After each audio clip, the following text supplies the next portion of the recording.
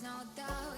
Gotta get out of this small town. You took my heart from me. Now you're everywhere I see. Set me free, let me fly. Let me find new kinds of highs. We're just wasting here, waiting for another year. We both know the score. We've been here once before. So many words unspoken. You took my heart, it's already broken. You don't have to wait, I can take the pain. I will surrender, let me go on a new adventure.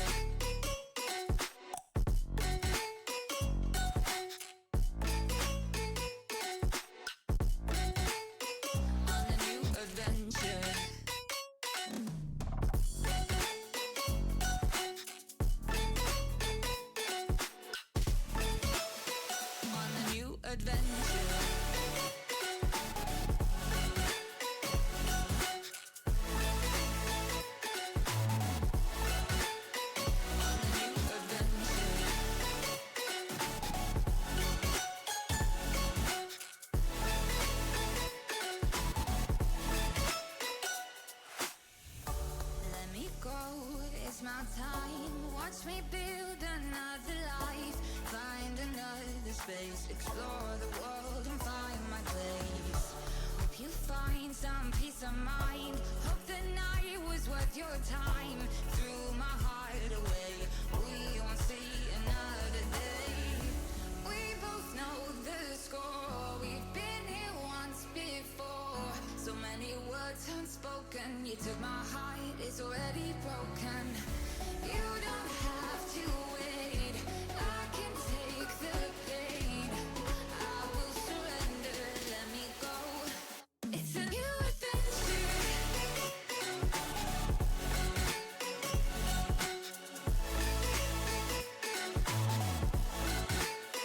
On a new adventure.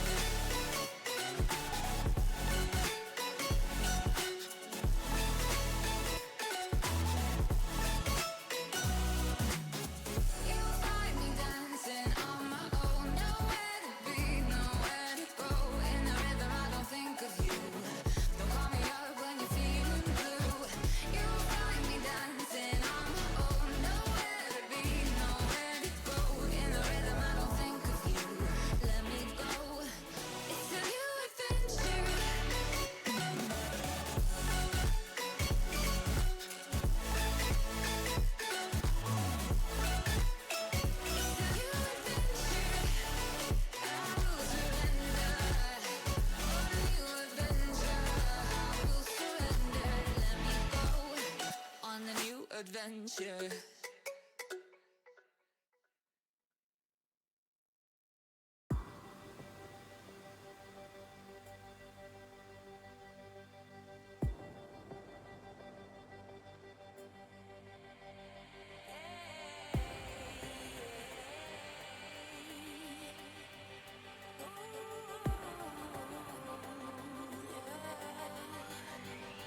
I've been trying to fight the demons in my mind. I'll prevail with every battle if I'm right. Guess my aim was off, the target's out of sight. Would I be better if I left it all behind? 'Cause we can find a way, we can find a way. Find another place where we can just escape. We could find a way, we could find a way.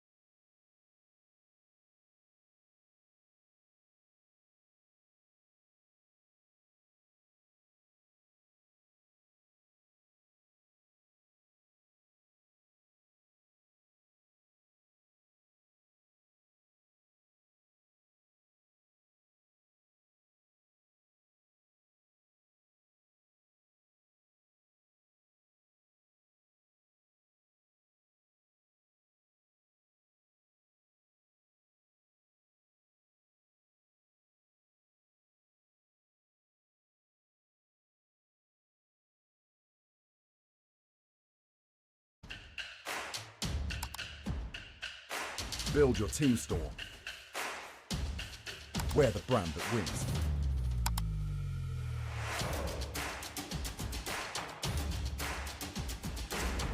SpartanWare, trusted by the grind. RSCast is the stats that we're bringing. Stream alerts, you know that's where we're pinging. The usual plays and the fails that we're showing. How's a week gone? It's what we're reviewing. Yeah.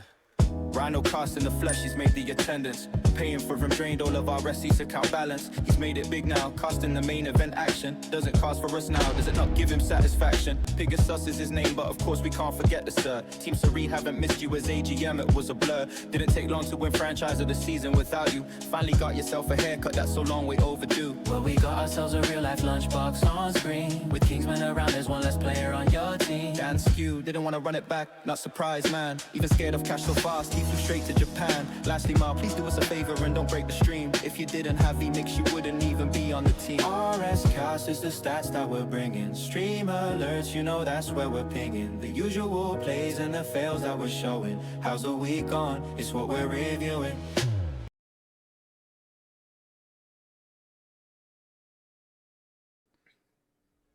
Every time we see that intro, it just makes us smile, and it always makes us talk, which is why you had a back theme for a couple of seconds there. But we're back! Third week in a row, baby! RSCast, I can't believe it. Still rocking every single week. And not only rocking every single week, rocking with the same crew every week. Pegasus and Kingsman alongside me. Goodness gracious, I can't believe it. Pegasus, how are you on this Tuesday evening? It's an absolute miracle that it has happened yet again, but I'm happy that it is the case because we've had a lot of like weekly segments now. We've given bounties out to the players to compete in the following week, so we get to see if those have paid out as well. We've had some amazing streams during the week. I mean, it's just a very, very good overall season for RSC. Certainly seems to be, and no one can agree more than the man on my left. Kingsman, enjoying this season of RSC? Yeah, of course. You love every season of RSC. But I will be honest, I'm quite scared of this level of consistency at the moment, to be honest. 3 weeks in a row where all four of us have showed up. I mean, something's off, don't you think? That's not normal. Come on. Like, it sets a worrying precedent, doesn't it? It's good to see, but it's very worrying. Yeah. What I will say is we've now only got 2 more weeks after this one. We've got 2 more weeks after this one, where if we manage to do it, then we've made it through the entire regular season. Can we do it, lads? No. Okay. I don't know. No. I don't know. I don't know. It depends on Mal. It depends on Mal. Honestly, yeah, that's very real. But I'll tell you something that doesn't depend on Mal is our challenge that we threw out last week to the Just SSAing group. We said that we could take the Just SSAing crew 3-on-3. And folks, I am proud to let you know that due to my peer pressure in their chat last night, we got a reaction. We got a response. And I believe we can show you what they said. Romeo, I think you and I are gonna f this up. So I'm not gonna make any commitments live on stream right now. I need to think about this. Fair. That's very valid. Let's think of a good way to take this on. But however it transpires, EU's going down. We don't need any caveats. We don't need any help from this or that. We can take them. Oh, boys. Jesus, Pyro, please. Okay, come Your on. mouth is Have writing some a check. You play the game more than probably every single pro that it competes in RLCS. Okay, you've got the experience. I've got the talent, and Bromeo's there too. We can do this. Oh wow. In SSA, South African servers. Yeah, okay, cool. Let's set that up. Let's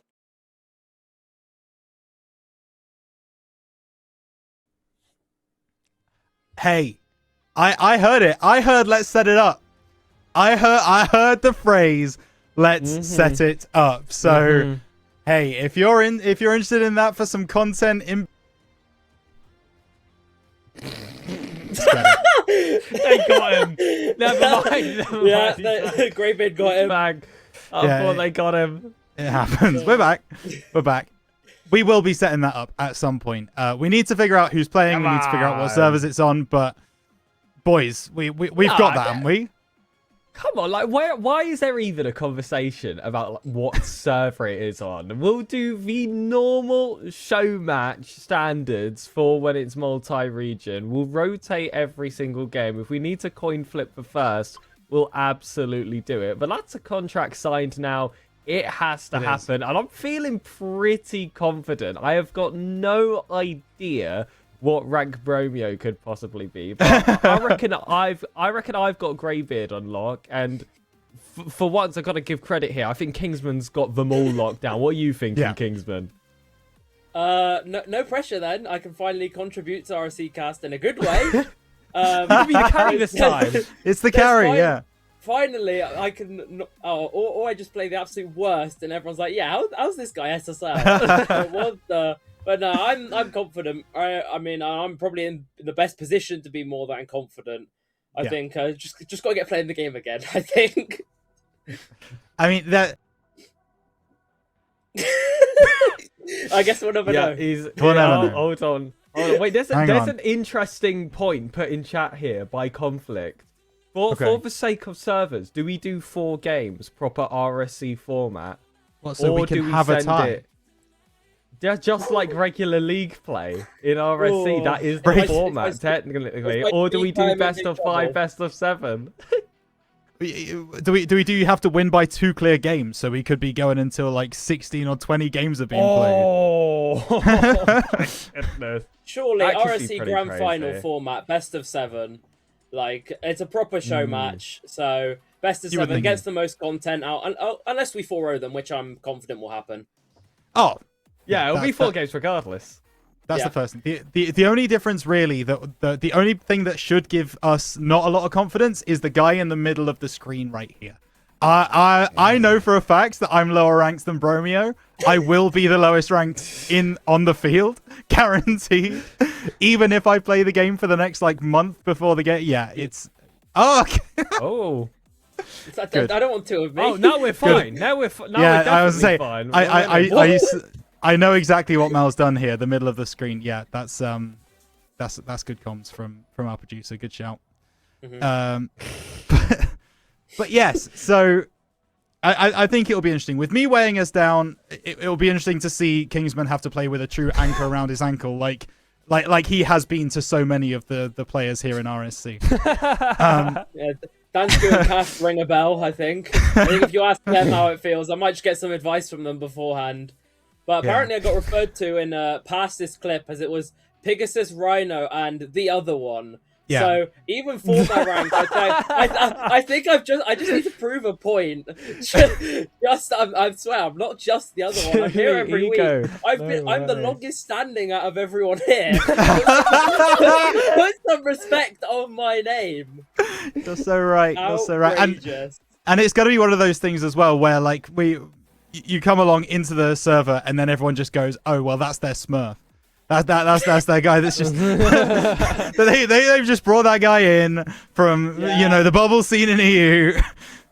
Never played an RSC season. They've just chucked him in for a laugh. Yeah. Hey Pig, I like the glaze. I'll take it. No. Let's calm down here. Let's calm down. Yeah. What are we talking about? Conflict saying, "Let's spend a month coaching Rhino up." I guarantee you that would make content, but you wouldn't want to see it. You would not want. You don't want that content. I would get outed outrageously. I'd never have another professional cast in Rocket League ever again because people would just come the rest of the time. So we unfortunately can't do that for the sake of my career. But what we can do is we can go through all of the actions from week number 3. 2 segues for 2, boys, this early on. Come on. Weekly recap. We start to talk about exactly what's happened last week. We talk about what that does for the league positionings and what that will do going into the fixtures for the coming week. So let's not waste any more time. Let's just get it started. As always, we start in the lowest tier here in RSC, which is, of course, Academy. And we will start with Sir Pegasus and the Glaciers action from week 3. Well, congratulations to all the teams that played in the Glaciers Conference this week, because not a single one of them went double loss. There was some value taken from this week from every single team, but especially the likes of Mistaken Purpose and Vortic Riffle, who were the only teams to go double win this week. Riffle went 7-1 after a win versus Ascendant and a sweep versus Drengir, and the same can actually be said about Mistaken as well. He went 4-0 versus Coyotal and 3-1 versus Death Cloud's Reign. They drew their other matchup of the week, and there were a few actually sprinkled in. Livens went double draw this week, both against Ascendants and Anubis. This ended up resulting in a negative week actually for the Gadalian side, who went 3-1 versus Azteca. And I think we remember last week, Team Serene were on an absolute tear. I believe it was 2 draws and a loss, both coming from Elite and Marsa. Other than that, it was wins all round. And I saw their 4-0 versus 2-9 and thought maybe this is going to be another one of those weeks. But of course, as already mentioned, they were one of the teams that... they were... As not actually previously mentioned, they got swept by Drengir, who got swept by Vortic earlier. So that's both teams somehow going neutral off the back of 2 swept results in the opposite direction. Thank you very much, Pegasus, for going through that. It's been a brilliant week in Glacies, but looking over at Ignis, only 1 sweep Kingsman Gas in week 3. Talk us through it. Yeah, that was only 1 sweep, and it came from a Haze onto Arconix. I mentioned last week that was a bottom table matchup, and both teams needed to get a result. And well, Haze certainly did find the results, and especially with a 3-1 win onto Ascent, putting them 7-1. I mean, that is a brilliant week for Haze here. And then Pegasus mentioned there were no teams going double loss in Glacies. We saw 3 go double loss in Shell, Ascent, and Arconix, which isn't good, but they all picked up 3-1s apart from Arconix, who obviously went 1-7. So all the games matter in this shortened format. However, I think the big surprise of this week has to be Bro. They went up against Husky. They were top of the league. They played second. They got beat 3-1. Then even bigger surprise, Trickery got a 2-2 onto them. So again, Bro were at the top of the table, find themselves going negative this week, and that is a real punch to their first place charge. There you go. So very interesting results from across the tier. Let's take a look at the individual conferences as we move into week 4 then. What are the league standings at the moment for Glacies? Let's take a look. And Pegasus, talk us through the movers and shakers. Well, at the top of the table after such a fantastic week, it should be expected. Mistaken steal that top spot away against Anubis, who were only able to pick up 1 win this week. So if they'd performed a little bit better in either one of their series, they would have been sharing that top spot or even being able to surpass Mistaken. Vortex sitting 3rd with 15 alongside Yanito, who Yanito were another one of those teams that went neutral this week, so not able to climb a higher spot, same as Drengir right alongside them. 2-9 round off the top 6 with 13 wins to their name, and then there is a bit of a gap between the guaranteed play-in spot and the relegation zone, as Death Cloud sit 3 wins behind the Neat Esports roster. Livens and Coyotal sit on 9 points, and finally it's SCR Ascendant with 5. But overall, looking like a big battle right at the top. This is one of the more top-heavy brackets that I have seen.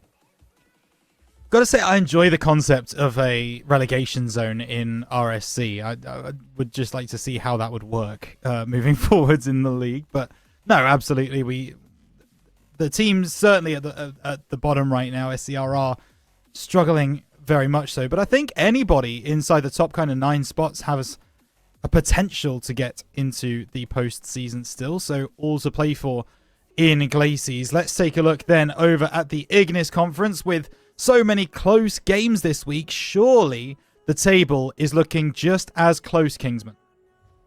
Not really, Rhino. It's Origin storming away with it at the top of the table. Double win sends them 3 clear of the competition below on 18 wins.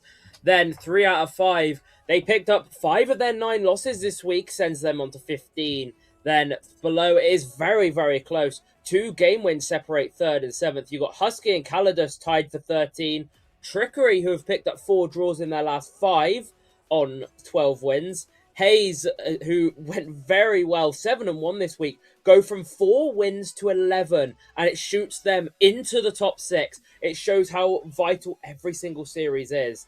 Then you got Unitox on 11 wins as well, just behind, picking up a series loss for them, put them down in 7th. Then you got the 3 double loss teams this week in Arconics on 9, Ascent on 8, and Shell on 7. Yeah, but it still feels relatively close if you don't consider Origin at the top. Everybody else in pretty much the firing line of each other. Even Shell have the opportunity, only 4 wins away from that play-in spot. So we'll see if they're able to get anything done in Week 4. Speaking of Week 4, let's move on to the fixtures for the coming week here in Academy. And what does Week 4 have in store for our Academy Glacies teams, Sir Pegasus?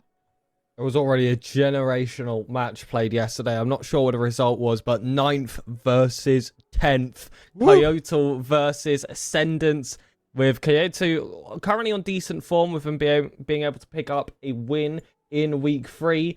Dunker said 4-0 from me. It'd be great if I knew who me was. Moving on, we have DSQ versus Drengir, and this is a really, really tight conference all around, except when you go outside of that 7th place spot. So you're going to have a lot of teams trying to crawl themselves back, or a lot of teams trying to leapfrog the others, and Gadalians are definitely going to be one of those rosters this week that are going to be looking to leapfrog. Not only do they play 10th place Ascendants, but as you can see a little bit further down on the screen, they also play top of the table Mistaken Purpose. So that's 1st versus 2nd, both on very, very different form, with Purpose off the back of a 7-1 week, and Anubis on a 1-7 week. So if they're able to beat the bottom of the table and the top of the table in the very same week, they could go soaring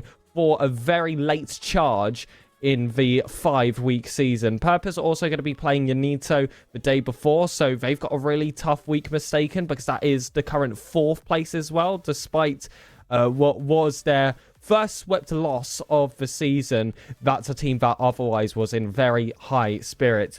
Kyoto will play Drengir as well on the 19th. 2 tonight will take on Livens, and then Rain, to try and recover that last week, will play the really tough match of Yanito and Riffle back to back.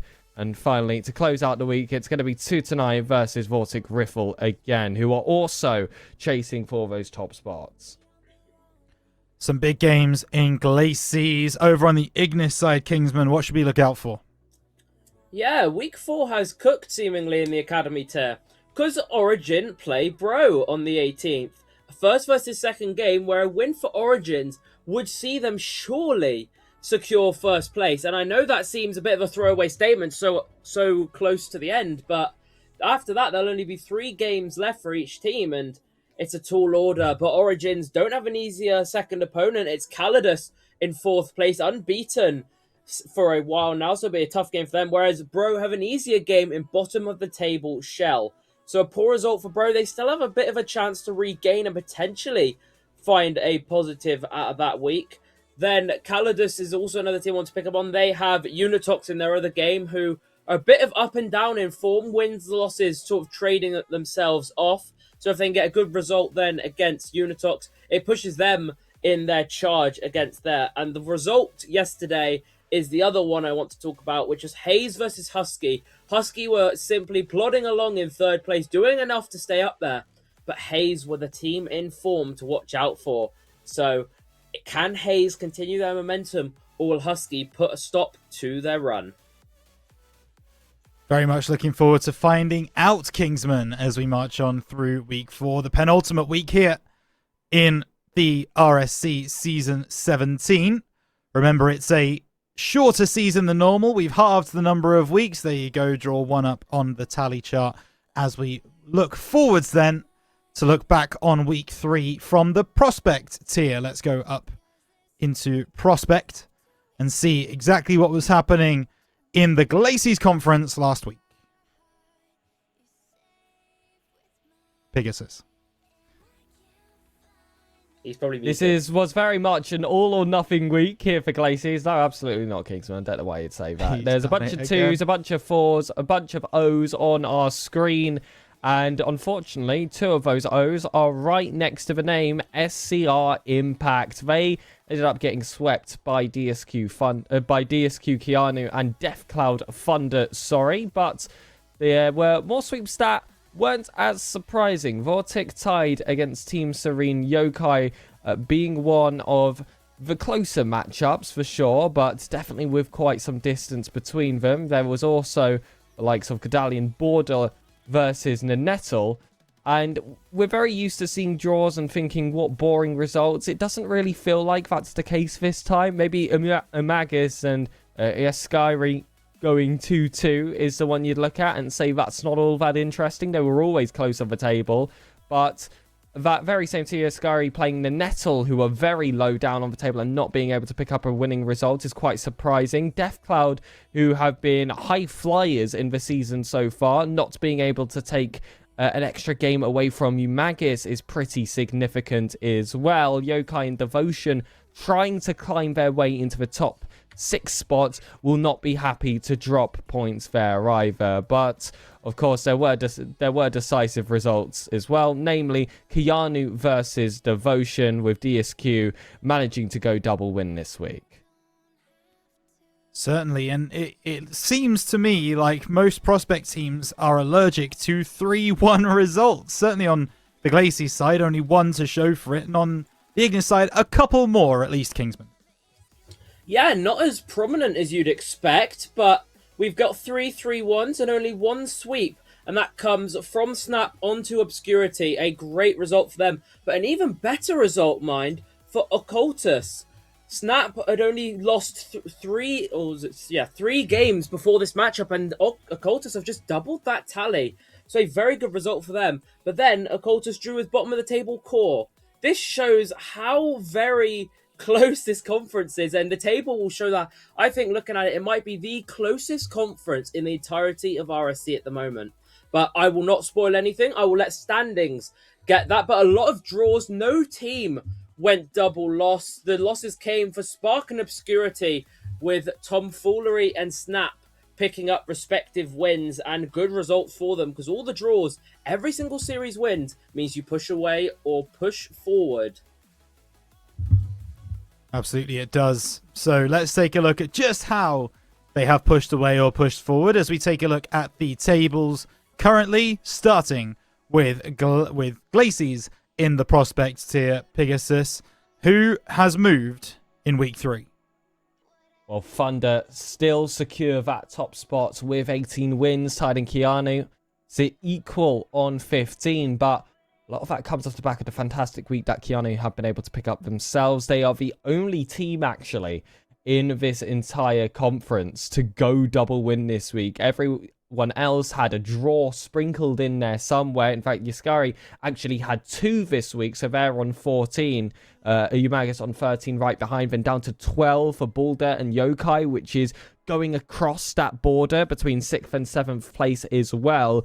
So there should be expected a lot of movement in these final weeks. Every single game is going to count, especially when all these teams appear to be so close. If we're going to go off all of those drawn results, you see a lot of the central teams hovering around that 50% mark as well. Thunder being the only team that has somehow secured a ridiculously high win rate with the first 3 weeks of the season already gone. But then there is that bit of a gap at the bottom of the table with Mistaken Devotion, Aztec and Nanettle, and SCR Impact, who I believe need some fortunes in their schedule to be able to catch up at this point. Yeah, it's not looking great for the bottom 3 teams at least, but Everyone above them going to be shooting for the postseason. Moving on to the Ignis Conference in Prospect. Let's see how things are shaping up with so many draws this week. Is the table looking tight? Pegasus tried to call Glacies close. Wait till he sees this go all the way down. Oh yes! Oh yeah! One series separates 2nd through 10th. Anyone can still get top 3. That is how close it is in Ignis. Snap have absolutely ran away with it. The loss to Occultus not helping them in any sense, but they are a whole series clear. So it does not matter in the absolute slightest. Then Fenrir, they are top of the chasing pack on 14. Tomfoolery then on 13, just ahead. Then it's Spark on 12, not safe yet. Then you got Obscurity and Bro finishing out 6 through 7 on 11 wins. Then Occultus and Coley with 2C, and Bark and Core all on 10 wins. And every team is one game win, single game win away from play-ins minimum. And a series win potentially, a sweep, could put the bottom team into 2nd. That is how close it is in Ignis. And this is going to be an absolute showdown in the final 2 weeks. Someone say final 2 weeks, but it's only week 3, Kingsman. Oh my goodness, it must be a shorter season here in RSC. But we're going to go back to what we always say at this particular point. Every single game win matters, folks. None more so than in the Ignis Conference in Prospect. Goodness me, it is all to play for. Between 2nd and 10th, there is only 4 match wins at all. That is insane. We'll see what that looks like after week 4 next week, provided we're all back again and the consistency remains. I'm sure it will. It'll be fine. Speaking of week 4, let's take a look then at the fixtures that we will be reviewing next week and what is coming up this week. Pegasus for Glacies. What have we got?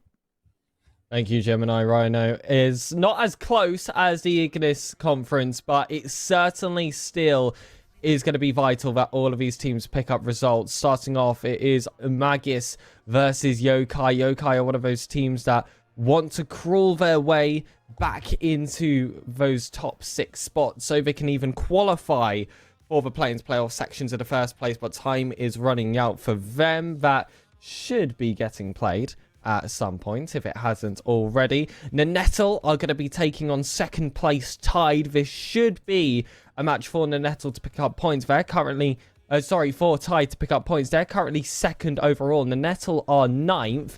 And spoiler alert for later, to round off the week, they're also going to be playing 8th place Mistaken. So this is a massive opportunity for them to take that top spot. But arguably, the more important week here is going to be for Neat Esports Yaskari playing Thunder, who are the team currently sitting at the top of the table, and the team in 3rd as the 4th place team themselves. They're going to play DSQ Keanu, who will be playing a Magus on that very same day on the 19th. So there could be a lot of movement on the table during that time. And if you're interested in the fight just on the edge of the top 6, well, then you've got Boulder versus Devotion. That's going to be a big matchup. They've got a chance to pick up some points to Gedalians because they're going to also play SCR Impact a little bit later in the week.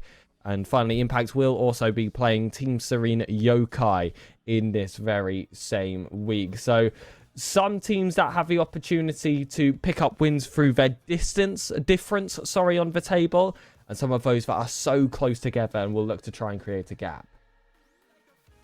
Should be an interesting week, certainly, in the Glacies Conference, but what we all want to know is what could possibly happen in the Ignis Conference, Kingsman, this week. I mean, is there really any game you can't call exciting? Maybe any game featuring Snap, because that's a very tough game, and they've only dropped 6 entire games all season long. But, I mean, apart from that, I think every single series matters now.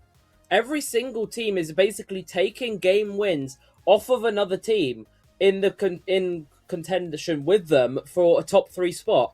So every single game matters here. And one thing I did notice, though, is there's a few double game days.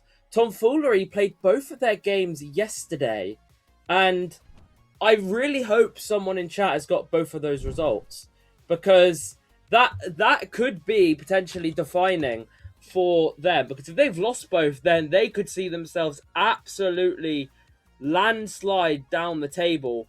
But if not, then they have a very good result done. Oh, 4-0 for DXT. Okay, well, Tomfoolery slide might be starting. Okay, we'll figure out the other one at another time. And Fenrir as well, the team in second place. They play Obscurity, who one of the teams pick up a loss, and Bro, who didn't pick up a win at all. So they pick two teams up, not in the best of forms, but still going double game day can be quite difficult and quite mentally taxing if you don't go too well. It certainly can. So, yeah, lots and lots of double game days. Oh, dear. Oh. Okay, well, there is actually potential we could see Tomfoolery bottom. Oh dear. There is a real chance of that. Well, that is down to other results though that happened throughout the week. So Kingsman's point still stands. Make sure that every single game that you play is fought for. Let's go then to Challenger tier for our week 3 results, and as always, we start on the Glacier side. Pegasus, what happened in Chalet last week? Well, there's one team that really sticks out for me here, and it's Mistaken Dynasty, who we're used to seeing near the bottom of the table in Challenger, pulled off a fantastic week. They go 6-2 with 2 wins, one of which being the more likely result, let's just say, against Team Serene Psycho. That's one of those teams just at the edge of the playing spot. But then just taking down top of the table Atmos at some point in the week as well. Actually, on the final Sunday, that is a ridiculous result to be able to pick up. And this shows that they are in great form in the final weeks of the season. So might be able to secure a late qualification into the play-ins position. But there are also some sweeps this week. Chamali were able to pick up a sweep versus Swell, and Canaan's picked up a sweep versus Shivas, as did Atmos actually. So Shivas have gone 0-8 this week, so not going to be the finest result for them for sure. Frowls actually ended up going double draw. They drew both Chamali and Kaizen. The Chamali draw actually being pretty impressive, as they are a pretty high-flying team. But the one against Kaizen, certainly one where they want to pick up some points. But if I remember right, Challenger was another one of those tiers, which was actually pretty close around the board. So we'll have to see how that all unwrapped on the next screen. But SCR going positive this week, despite that draw against Frowls with a 3-1 win versus Trabe. These are very important points for a team like that to pick up, as you'll see. Yeah, goes back to our point. Every single match, every single game you play is super important. And it looks like the teams on Ignis definitely took that to heart, Kingsman. Let's just make sure I don't make the Pegasus mistake of staying muted. But yes, they absolutely did. Nice. Well, with no team again going double loss, an absolutely storming week. Some of these teams, no team going double win either.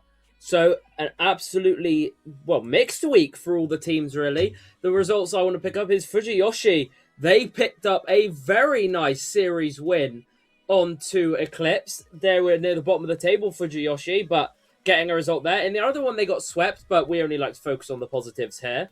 And also, same for Bro. They got swept by Pulse, and it wasn't looking good, but then they picked up a nice result against... I've almost butchered the team, against Snow. I almost said Rise. I don't know why that's different in my notes, but okay. But yeah, a few draws coming out as well.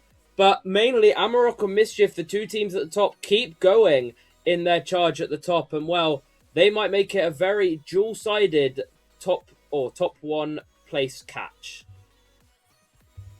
We will see what those results did to the table. Let's take a look at the Glacies conference then. After week 3, how did those results affect the table? Pegasus, talk us through it.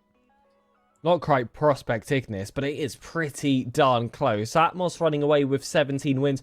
Chamali on 15, and then it is 13s for the next 3 spots for Kanan's, Thralls and Swirls. Psycho being in that 6th place spot with 11. We crossed that border, and there are Kaizen and Dynasty on the exact same game wins. Dynasty had that double win week. SCR got that draw and a win. Psycho had that double loss, and that has allowed the gap to close. And now these final 2 weeks become a very stressful experience for Team Serene Psycho. Although Trib sitting on 9 wins and Shivers at 6 at the bottom of the table, there's going to have to be a massive turnaround and stuff going their way, but I feel like there's a bit too much competition in that 6th to 8th spot at the moment to really rely on that team being able to pull off that comeback. So it's going to be another one of those where we're going to go to that schedule screen and every single matchup is going to be significant.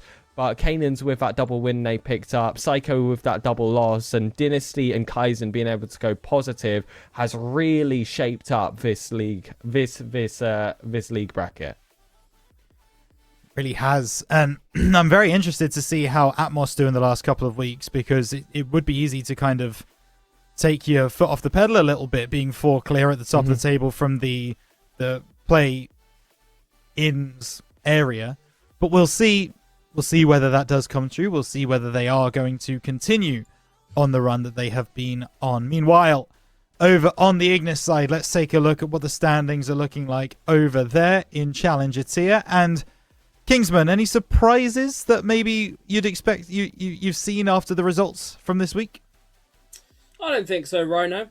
I think it is, as I said, a very, very much 2-team title fight, as it's Amarok and Mischief on 17 wins.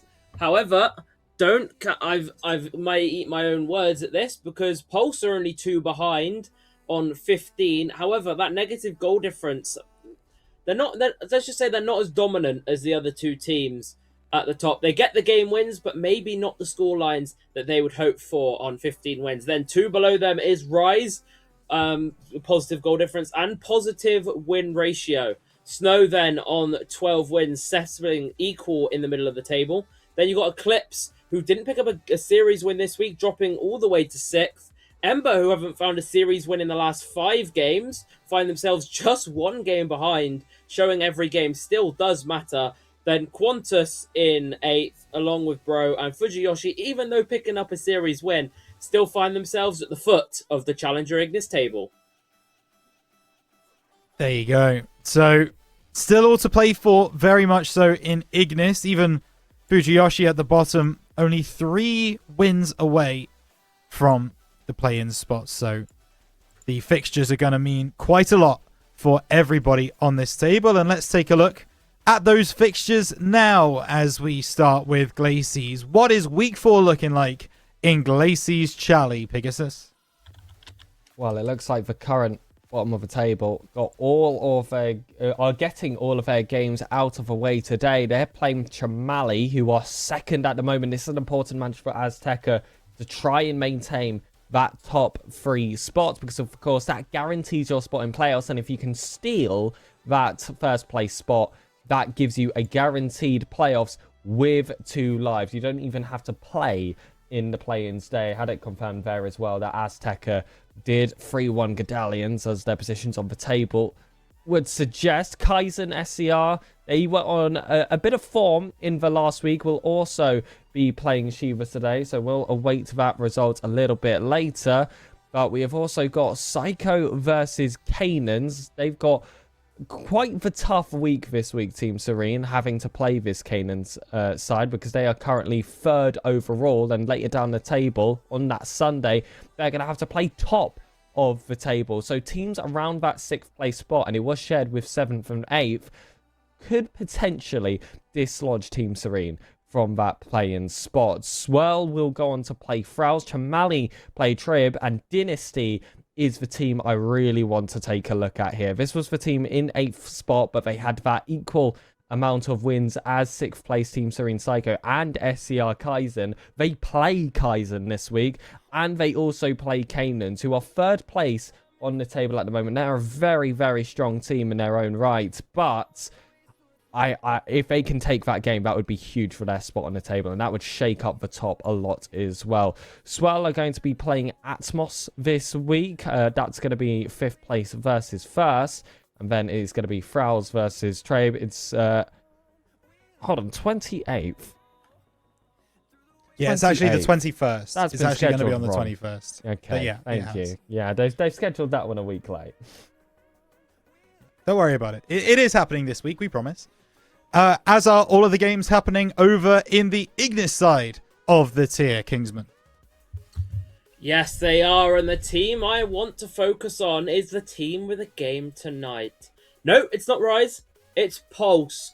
They first have to go through Rise in 4th place, 2 game wins behind them. A win for them would put them in a good position to secure playoffs potentially. But hold on, it doesn't look so simple for them, as top of the table Amarok will host Pulse in their 2nd game tomorrow night. A game which Amarok could surely push Pulse out of the title race, or Pulse could wiggle their way in. It's only a matter of time, and we will find out which one it is. Rise's other game, though, is against Fujiyoshi, who I think have quite a difficult week. They go to Qantas yesterday, which I'm sure Shattered will have the result in chat. And they then go to Rise, who, if they've come off a bad result, might slip up, potentially, allowing teams below them to have a good result. And then the team above them, Bro, have a double game week against 2nd place Mischief and 6th place Eclipse. Dare I say, the Bro players need to be on top form if they want to push for play-ins. We'll see if they are going to be able to make that push as we move on, I apologize, to our next tier up with all those fixtures for week 4. Very excited to see what Charlie has next week. But we move on to rival tier and what happened in week 3 for Glacey's rival Pegasus. He's not done it again, has he? He wouldn't do it again. He has indeed. He has indeed done it again. He has indeed done it again. Okay, yeah, I'll own that one. I'll own that one. But Calico had a very good week this week. They went double win, taking down both Loki in a 3-1 result and picking up a sweep against Tizok. These were 2 results that on paper they had to pick up, and they did it in style with that 7-1. So full credit to them.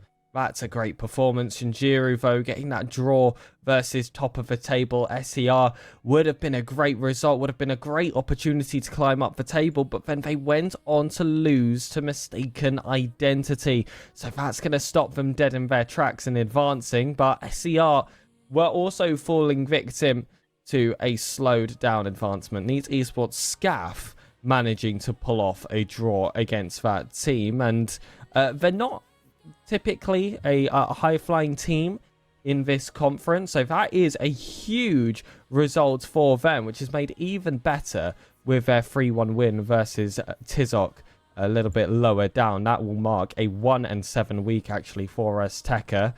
And as you can see there, the result that got changed, Riptide picked up a 3-1 win versus Carl's, which is a very significant result for them, as was their win versus Floki. They've had an excellent week this week, and Carl's thought they were having a great week when they got that 4-0 versus Vortex, but a lot of teams that have been very much halted in their progress, so I'm expecting to see a bit of a tighter table. I haven't really checked that, but we'll get that surprise on the next page. I look forward to it. Everybody's going to find out at the same time just what that's done to the table in just a moment. But that will be after we have gone to Kingsman to talk about the Ignis conference. And I only see 2 sweeps over on the Ignis side of rival Kingsman. Yeah, we've got a good mix of results here in the Ignis conference. We'll start with Thread, who were looking very strong at the top of the table. Haven't found a series win.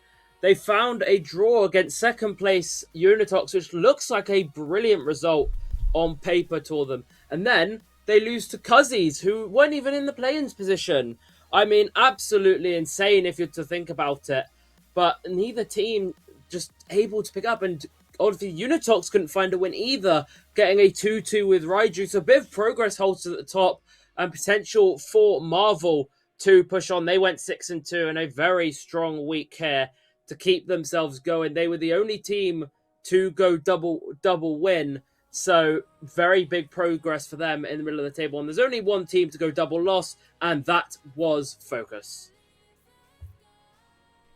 There you go. Thank you very much, Kingsman. Let's take a look then at the current standings after week 3, over the halfway mark of the regular season. What is Glacies looking like in rival Pegasus? It's looking awfully close until you go past 6th, but it is somewhat deceptive here because Riptide's result and Carl's results haven't gone through on the bot, which actually puts Riptide in 7th place right now. They've got 10 wins, which is 3 away, of course, from Carl's. Actually, I believe it's 4 away from Carl's because they got a game win. But if some results go really badly, Riptide is going to be the last hope for one of these relegation spot teams to steal one away from the Big Six. But diverting your focus back at the top of the table, it's equal game wins between Caligo and Phoenix. However, the big stat that has really popped out to me on this screen is the 33 goal difference for SCR Esports Phoenix. That is the highest goal difference we have seen from any team in Glacies. I'm not too sure about Ignis. And spoiler alert, this will be the highest goal difference you are going to see from Glacies for the rest of the day. So they are in a really good spot right now for a team that actually double drawed in their last week. So hopefully they're not running on too much steam now, and that goal difference isn't going to drop in these upcoming weeks. But Caligo, Shinjiro and Identity would certainly like to see that happen. Shinjiro and Identity just 1 win behind. Scaff actually not out of that competition either in 15 game wins. We've mentioned Carl's, Floki and Tizok actually in 8th and 9th with 8 wins. And then at the bottom, it's DSQ Vortex on 6th. So chance for what would definitely be a Cinderella run if Riptide were able to pull it off in these last 2 weeks. But it's really that battle for top 3 and that top of the table as well that your eyes are going to be drawn to for the final 2. Yeah, certainly. I've just been informed, actually, by the way, that the goal difference might have something to do with one of the games they played in the week, because one of the games was a 10-0 victory in game 3. That is, yeah, woof. When they when they played Nate Esports.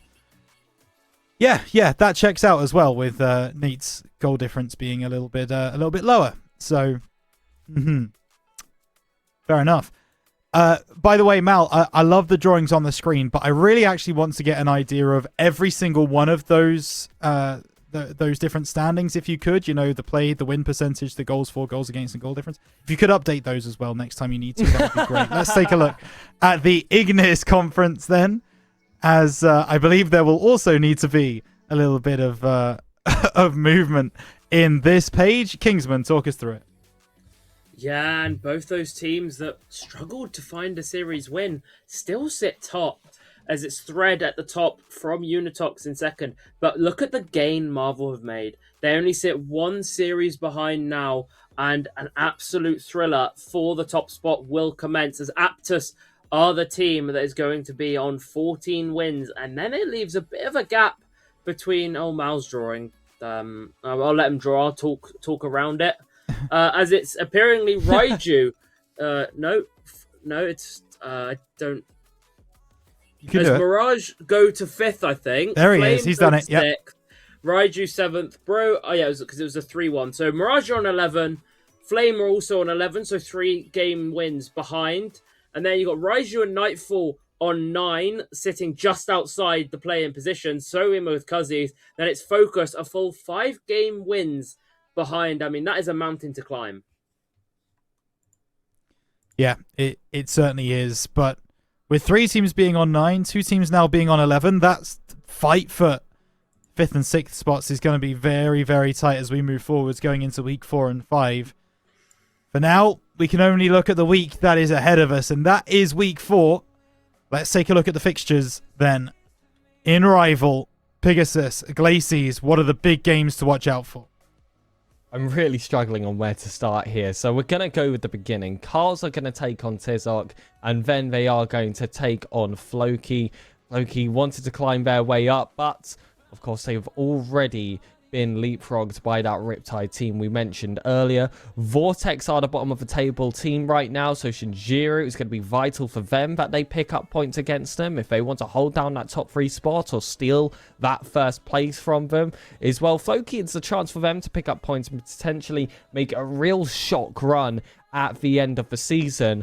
But Riptide was my focus before. They're the team in 7th. They don't have the easiest first matchup. They have to play top of the table, highest goal difference in all of Glacies, in all of the tiers, to try and close the gap between 7th and 6th. And then they've got to trade some games away from their very own. Currently 9th place Tizok. They need to get some wins against just those 2 days afterwards if they want to make that final charge. So there's going to be a lot of eyes on them. But then we've got 4th versus 5th with Identity versus Scaff. For Phoenix versus Caligo, that's 1st versus 2nd. Caligo play that very same day against Identity, so that's 2nd versus 4th. And then it is Shinjiru versus Scaff as well on this day, which is 3rd versus 5th, where, remember, for all the top 6 teams, it is extremely close. It really is, and I have to say it's going to be a busy weekend. Friday to Sunday seems like the day to get your games done in Glacie's rival. Only 3 that won't be taking place on that date. They're a little bit more spread out on the Ignis side, Kingsman. Yeah, they are. Well, we've obviously got one game today, which is Cuzzies versus Raiju. Both teams on 9 wins and looking to push towards that top 6. So a good result is needed. However, the team I am going to be looking at is Thread with their double match day tomorrow. They play Aptus in 4th, a team looking to charge on and go past Thread into that top 3 spots. So a real game where Thread need to lock it down and make sure they don't lose any more silly games, as we can say. Their other game is against Mirage, who have been struggling to pick up series wins. Obviously, they got 1 win, 1 loss last week and sit themselves in 6th. But apart from that, they need to push on, and I think Thread will be the right challenge for them to do that. Looking down the rest of the table, the only other matchup that I've really picked out is Marvel versus Unitox. It's a game of 2nd versus 3rd. Again, same sort of thing as 1st versus 4th. Both teams need wins, series wins, to push themselves ahead and really put their stamp on that top 3. Thank you very much, Kingsman. We are 4 tiers down. We only have 2 to go. And the first of those 2 is Elite. As we take a look at everything that happened in week 3 last week from the Elite tier. Pegasus, talk us through Glacies.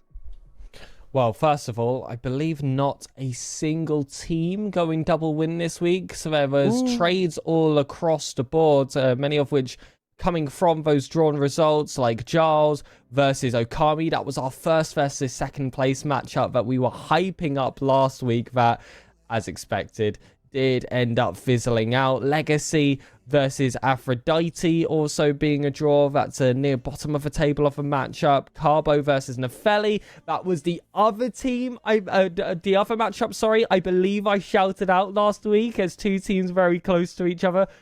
Also fizzling out for a draw, but we see our first team going double negative. They were bottom of the table. They got 4-0'd by Okami. Nefeli were also able to pick up a game there, but like I said, no one going double win because they also had that draw versus Carbo. Carbo, though, still able to go pretty heavy positive with a 6-2 after a sweep versus Guardians. Guardians also fell very similar victim to Azteca at La Coya, which helped turn around their week after a 3-1 loss versus Legacy.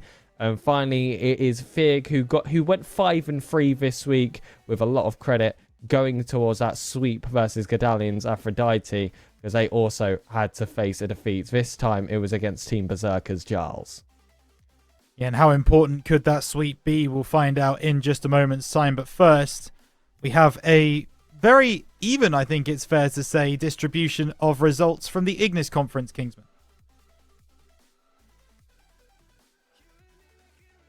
Way! He's pulled a Pegasus. I can't believe it.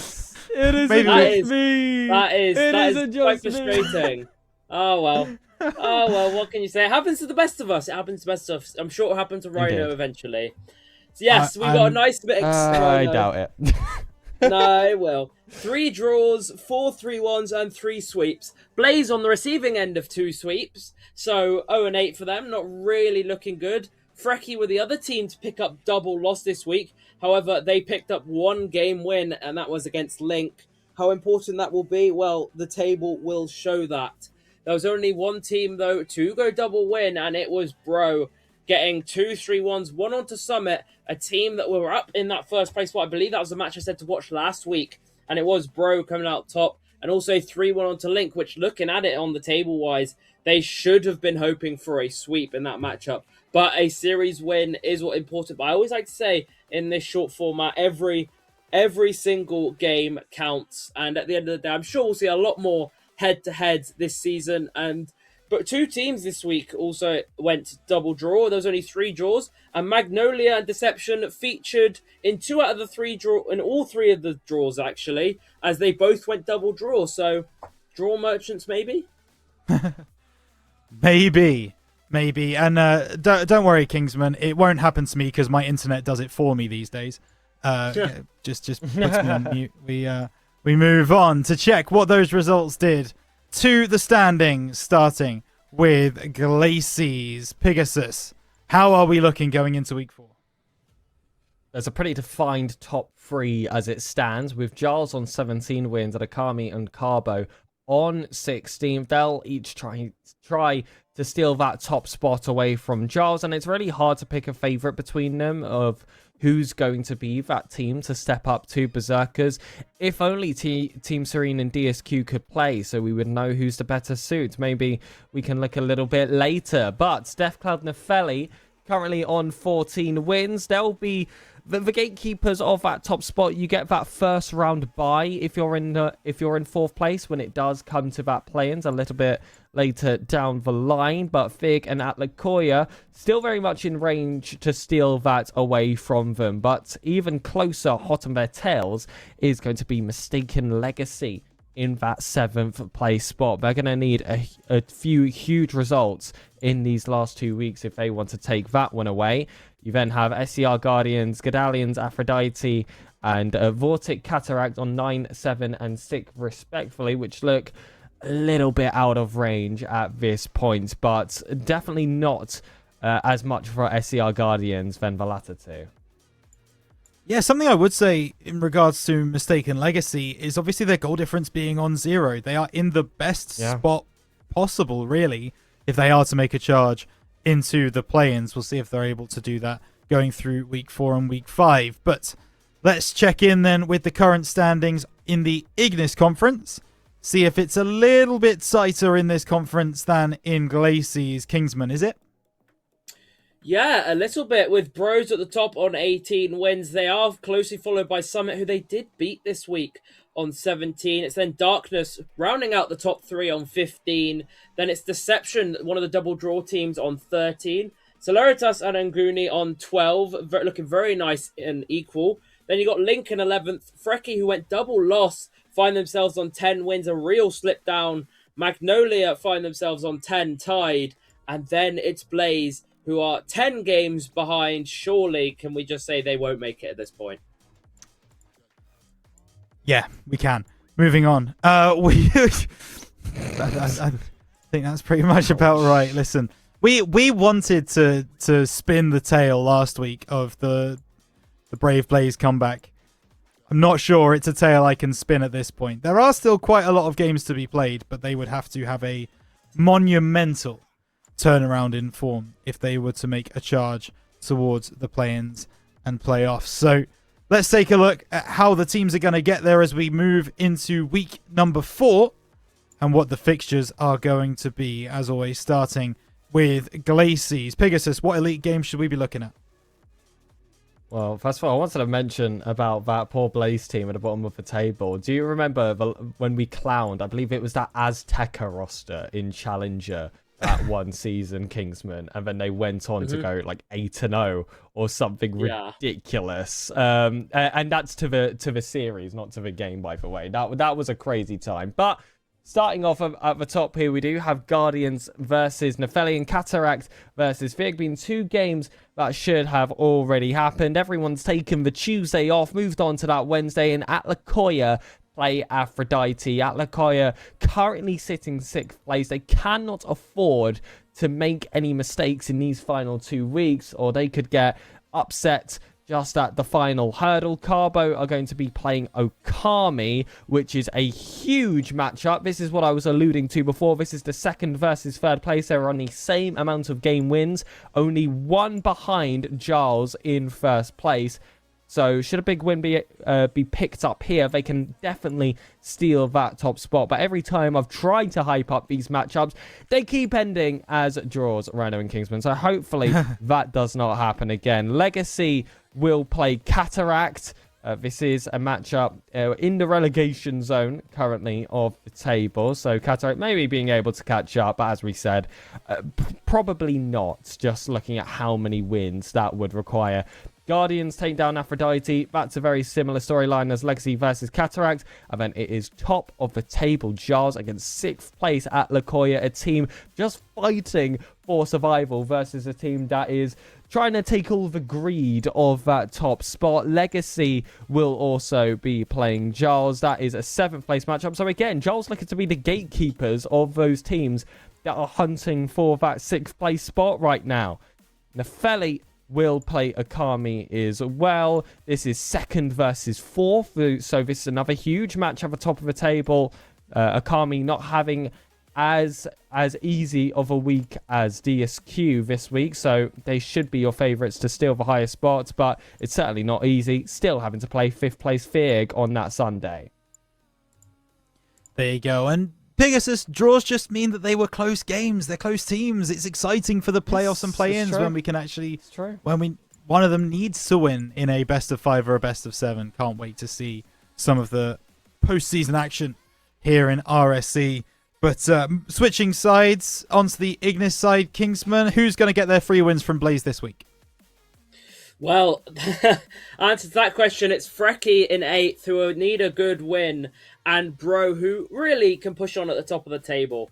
Great games for them. However, Bro do have a nicer 2nd game as well. They play Nguni, who are 6th and need to hold on to the top 6 if they want to move forward. Whereas Summit, they had Darkness yesterday, were in 3rd place, and Darkness aren't no pushover. They want to solidify that 3rd place spot. So a brilliant game there. Hopefully, we'll get the result in chat. And they also play Frecky. So Frecky aren't feeling much better after their game with Blaze. They have a real matchup against Summit to contend with. Apart from that, I think the only other team with a tough week is Celeritas. They go to Deception just above them. And Magnolia, who are a team that are starting to build themselves back up. Yeah, we'll see if they are going to be able to build themselves back up in this week 4.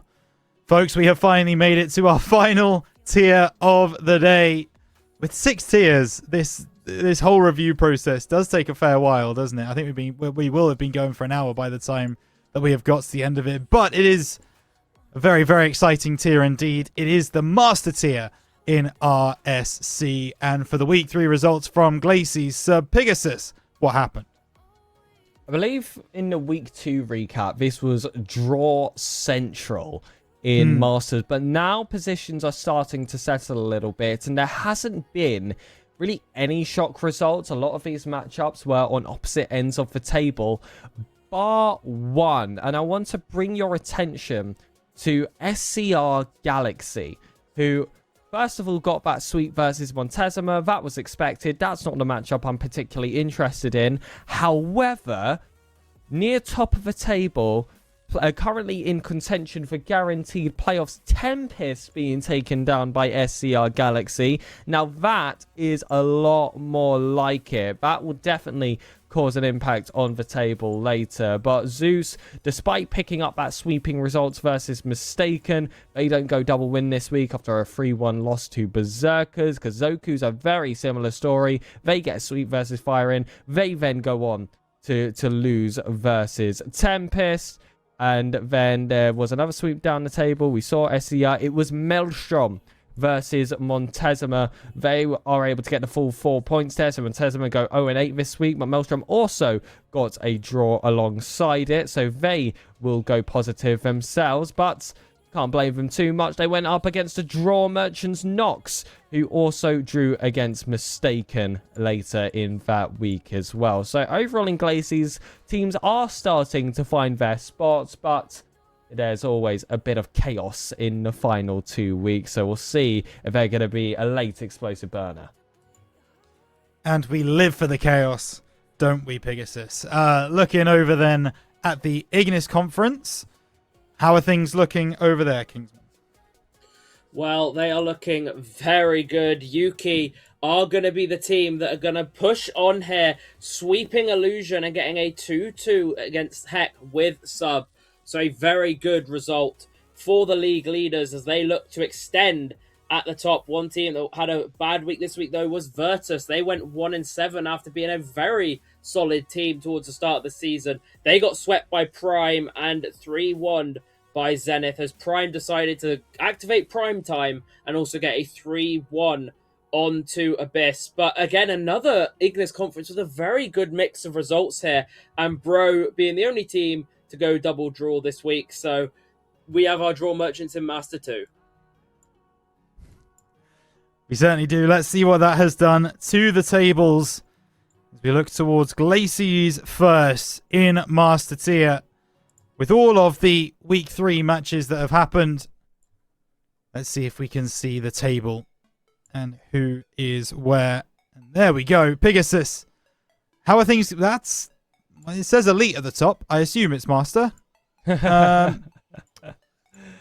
I actually think it's just Elite. It's definitely Elite. Yeah, it's Elite, definitely Elite. Yeah. It's Ignis as well. It's not even Glacies. Master Glacies! Great work. Off you go, Pegasus. There we go. Thank you very much. Berserkers are at that top spot. It's 17 game wins for them. They were one of 2 teams to go double win this week alongside SCR. So SCR climbed their way up the table and Berserkers just secure themselves at that top spot. Tempest got that shock loss that I mentioned beforehand to SCR, so they're actually going to sit equal on 14 game wins alongside Kazoku for a defined top 3. But Zeus, Galaxy, Nox, Maelstrom, and even Mistaken could potentially chase that spot away. It is a very tight Master Tier despite the sheer lack of draws that we actually saw in that last week. So it is 13 wins for Zeus, 12 for the likes of Galaxy, Nox, and Maelstrom, and then Mistaken are just outside that mark on 11 wins, firing on 9 and Montezuma on 4. But I called DSQ Nox for draw merchants. A 50% win rate will certainly prove my point, and a -3 goal difference hovering around that 0, certainly helping that storyline be confirmed for me. But I've got a question here for my fellow panelist. Oh. Okay. Are we feeling the pressure, Kingsman? I mean, Mistaken currently sitting in 8th, 11 game wins. You're certainly in reach. You could go anywhere on this table with a good week. How are you feeling? Yeah, I'm confident. I'm more than happy with the team at the minute. I think me and the boys can pull good results out in the final weeks. Kingsman saying me and the boys like he's on the team. That's crazy. Yeah. Moving on then, we will hear a little bit more from you, Kingsman. Let's take a look then at the Ignis conference and who is currently at the top and bottom of this one in Master.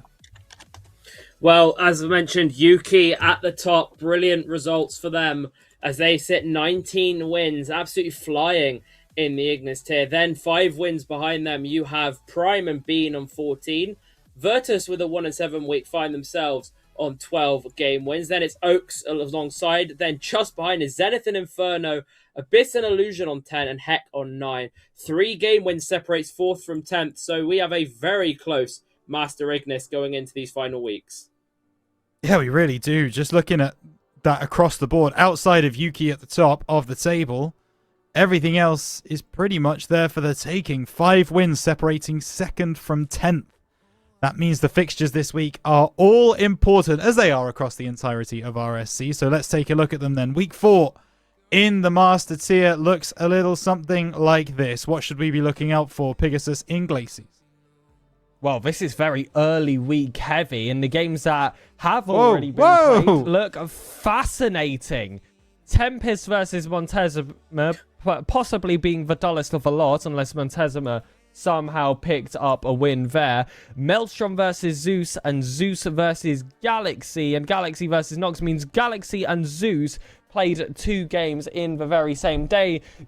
We've got Maelstrom versus Zeus. We'll look at that one first. That's 7th versus 4th. Galaxy versus Zeus. That's 5th versus 4th. That is a massive matchup. And then Galaxy actually played both teams on either side of them because Nox are currently in 6th place. So that is a massive day for Galaxy that has apparently already concluded, but there's too many matches that people are going to throw in the chat here, so I'm probably just going to have to wait until next week's week 4 recap to see how that all unfolded. Not even done with Monday games. There was a big week here set up for Berserkers, currently top of the table. Of course, 3rd and 2nd are both at 1 point behind them respectively, and they play both of them. Already played Kazoku apparently at some point today. If it's not already happened, they are going to play Tempest as well. Mistaken also having to play Fire In. That's 8th versus 9th. Why not? We'll have a close matchup outside of the top 6 as well. Actually, Mistaken being pretty close to stealing away those top 6 spots anyway. So actually, we can ask how that one went. How did your match go against Fire In? We won 3-1. Amazing. Great result. So they are going to be climbing towards those top 6 spots. Firing also going to be playing Maelstrom. I believe that's as 7th versus 8th. 7th versus 9th. So that's another very close matchup. On the 19th, we've got Team Serene Kazoku currently 3rd place on the table versus Kingsman's Mistaken. But he sounded very confident earlier, and he's already picked up a win this week. So I don't see why not. Let's see how that one goes. Montezuma then closing out the week. The only team to really play extremely late. That's going to be on the Sunday. It is Nox versus Montezuma. A very important few points for Nox to pick up to prevent the draw merchant allegations and to hold top 6. Yeah, certainly. And I have to say, I want to give credit to the match admins this week because we've had a couple of weeks where it has been a little bit tough, but with so many matches happening yesterday, the match admins holding off until we have RSCast and then reporting all the matches. Yeah, you know what? That's deserved. We boo them when they don't do a good job. We give them a round of applause when they do a good job. That's the most important. Absolutely. So keep it up, match admins. We appreciate each and every one of you. Moving over to Ignis then, and Kingsman. Talk us through it. Why are we clapping them for doing their job correctly? I mean, this is what's expected, no? I mean, am I missing something? Or is this meant to be what's expected? Anyway, enough slander. Big game week for some of our teams here in the Ignis Conference. Yesterday we had Zenith versus Abyss, 6th versus 8th. 1 game separates them, so big game for the players' positions. Then you got Heck versus Prime, which didn't really matter because it's 2nd versus 10th, but Prime should be good enough to get a result there. Then looking down the rest of the table, I picked out Zenith versus Oaks, 6th versus 5th, a mid-table matchup that Oaks will really want to push on. They haven't found a series win in a while, so they really want to be pushing on at this stage in the season. And then late into the week, Inferno have a doubleheader against Yuki first, which they might not get a result in, but then they have Heck as well, which they will need to get a result in if they are to look towards the top 6. There you go. So that's everything to look forward to for the coming week. And we have finally made it to the end of the last week's results, at least, and talking you through them. But we do have to update you all on the franchise standings. So let's take a look at where all of the franchises sit. We're in the bottom half of the table. I believe I gave this to Pegasus last week. So this week I'm going to give it to Kingsman. Talk us through the bottom 10 franchises. Yeah, and on bottom it is Brave on 54 game wins. Obviously, they've got that updated result I believe they pulled 1 win. So I believe they're tied with Azteca on 55. Then you got SCR on 61 in 18th. Then God Alliance, 62 wins. Unitox up on 65, tied with Aspire. You got Shadow then on 67. Not used to seeing them this low down in the franchise standings. You got Vortic on 68. Dexterity on 70. And just rounding out the bottom 10 is Neat on 72 wins. So there you go. Still very tight in the bottom 10. 2 teams on the same wins as well. 65 and 65 for Aspire and Unitox. We'll see how tight it is on the top half of the franchise standings then. Who is currently leading the franchises in RSC 17? Pegasus. Who's it going to be?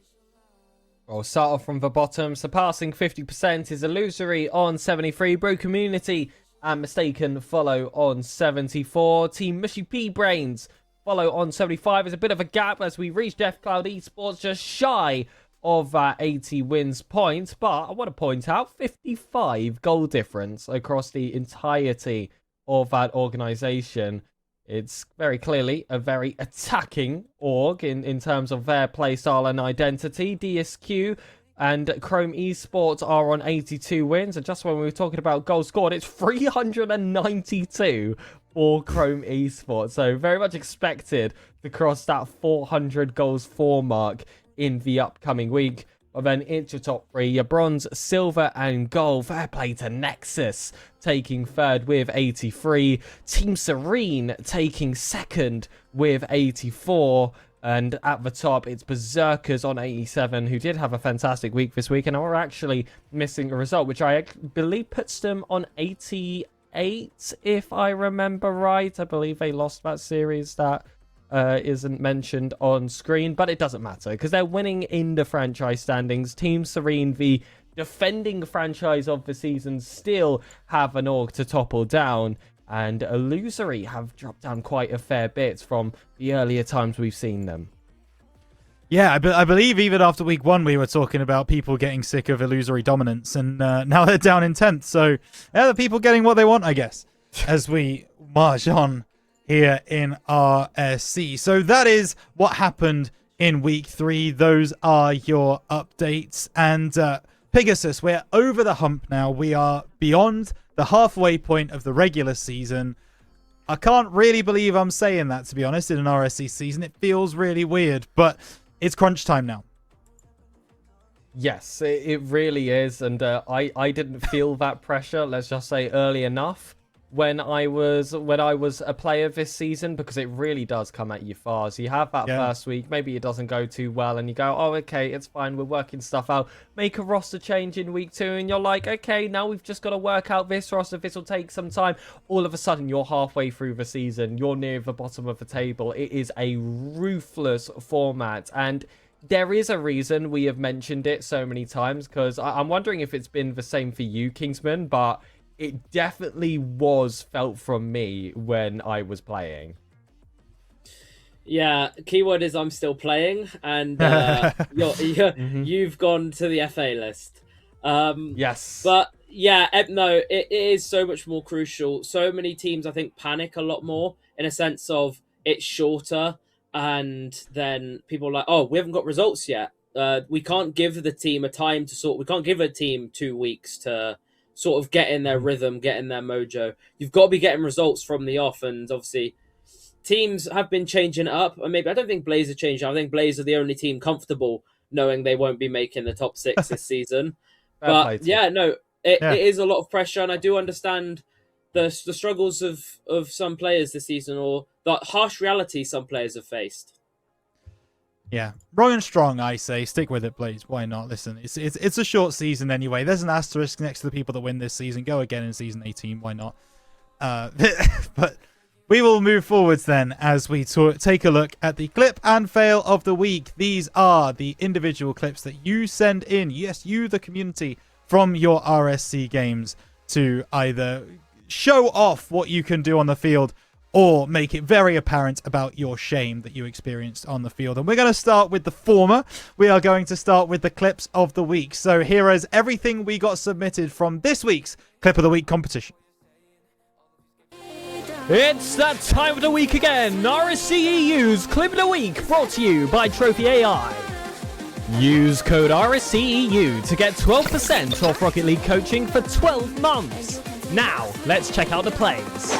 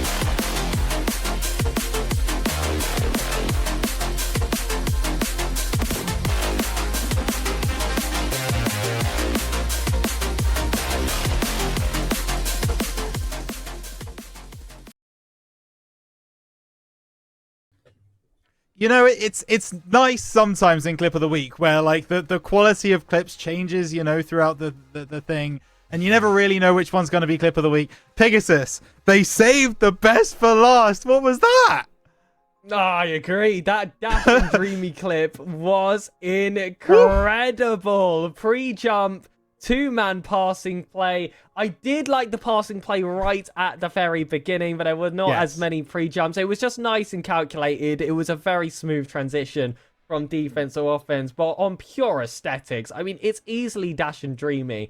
But I would say, I again, don't think that was a bad week for Clip of the Week. No, I really liked all of those clips, and it wasn't your boring, you know, typical just get a flip reset off a roll and call it a day, submit that to Clip of the Week. We saw some very different clips. I really liked Jim Jam's ground play, managed to fake out two players, sneak it under. That's really impressive, and that's the type of goals you would want a player to do consistently as well. So that was effective, whilst it was a bit of showing off for Clip of the Week as well. So overall, I'm very happy with that selection. Yeah, me too. I mean, as the lower third, the sentient lower third has said, I think Dash and Dreamy have won. It's got 9 out of 9 votes, which it does in our poll. But Kingsman, because of that, I kind of want to come to you and ask what you think the second best clip of the week was. In any other week, if Dash and Dreamy hadn't absolutely peaked in that moment, which clip is winning it for you? I mean, I'll be honest, it was a very, very mid clip of the week, shall we say, until that clip came along. Hey! I can't believe I was saying it was the first passing play that would have got second, because I still feel Seam should have saved it on the goal line. But, yeah, I mean, Dash and Dreamy is first by a absolute long shot, and then you've got their passing play, obviously, which is good. But I think if the opposing team hadn't sat so defensive, it might have got cut out a bit sooner. But you got to give credit. Pegasus asked for it in week 1. They delivered it a few weeks late, but there we go. They got the mojo. Coach Kingsman always with the feedback on Clip of the Week. We love to hear it. The chat disagrees with you, by the way, Kingsman. They've given it to Jim Jams in second place. Jim Jams has got one vote, and I respect that as well. I think both have a reason to be considered. So I say, why not? Let's just watch them all again and enjoy them, as well as your Clip of the Week from Dash and Dreamy. Let's see all of your clips of the week one more time. It's that time of the week again. RSC-EU's Clip of the Week, brought to you by trophi.ai. Use code RSC-EU to get 12% off Rocket League coaching for 12 months. Now, let's check out the plays.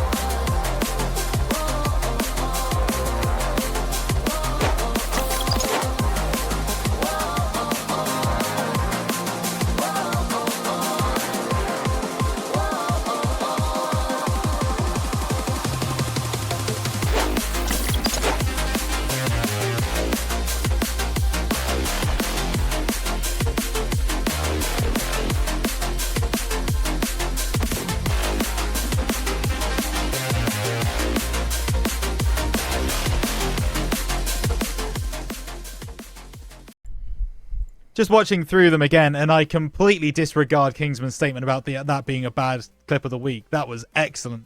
Rewatching it, as well as looking at the fact that the Dreamy and Dash goal was actually on 0 seconds. That it literally bounced up for Dreamy a little bit further back, and then he takes it through the air. They get the goal. It doesn't hit the ground. Such a wonderful play between them on 0 seconds. It doesn't change the outcome of the game, but if you talk about momentum going into the next game or future games, that's a pretty serious one. So we go from the best to the worst, as we always do. We take a look now at sometimes what I actually prefer to take a look at, which is the fails of the week that have been submitted to RSCast. So for week 3, who failed the hardest? Let's find out.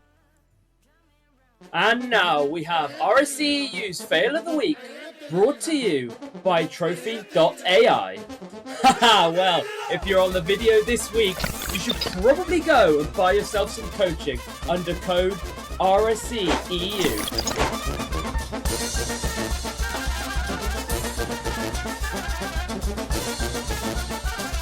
Oh, it was great! Why? Because apparently you're spinning around, and apparently every time you get dizzy, that's all you do is get dizzy.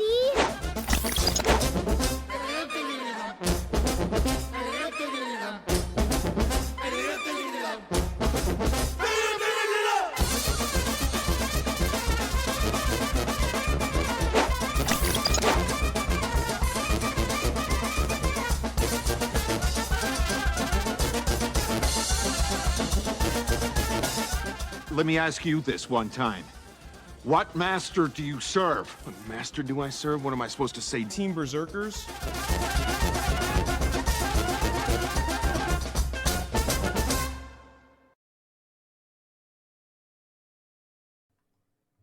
Once again, it's fair to say not a lot of ingenuity in fail of the week. Just a couple of own goals that we get to have a look at. But, I mean, Pegasus, that last one was... oof. That was pretty bad. Yeah. Yeah. I get it, though. I get it. Just wanted to rotate back as quick as possible. But that's sort of one that won for me, personally. I really liked Ryan's fail right at the beginning, accidentally double tapping it in his own nets. And imagine scoring a double tap and you have to submit it in the fail of the week form instead of the clip of the week form. I mean, that's unreal. That's definitely going to be my pick today. As someone with experience of putting stuff into the fail of the week form, Kingsman, how does it feel? Been some time. Well, considering I know Ryan can't score double taps to save his life, the fact that he's done it on his own net in overtime is very funny to me. I spent probably a solid minute laughing after that because I just know he's like, oh my god, I just peeked in the wrong net. Yeah. So yeah, no, I think the second one is just a bit unlucky. He tries a nice back pass and then gets pre-jumped from the 90s, so it's just in his own net. And then the third one, do they not teach rotations in that tier? Because sure, why are we rotating back ball into the ball? Come on now. But yeah, I think Ryan's has to take the cake, surely.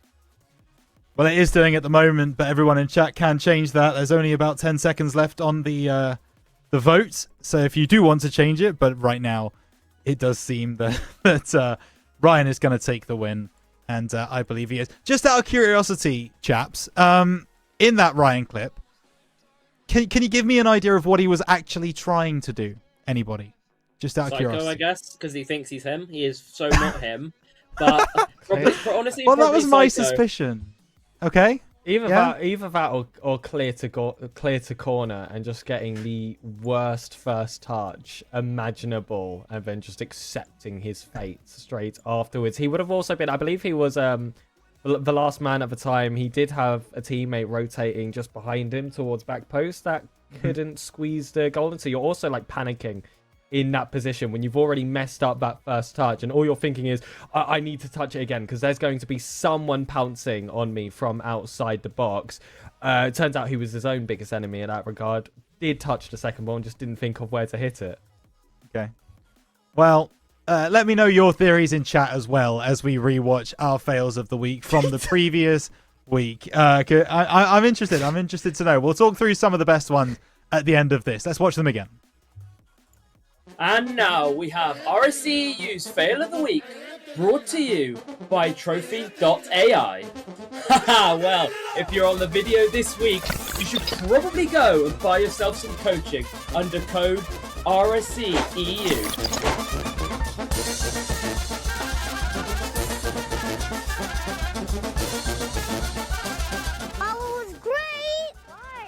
Because apparently you're spinning around, and apparently every time you get dizzy, that's all you do is get dizzy.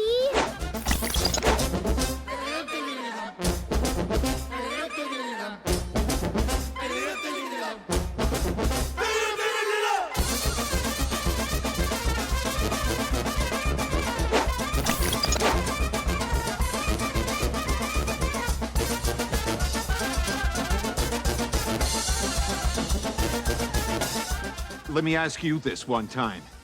What master do you serve? What master do I serve? What am I supposed to say? Team Berserkers?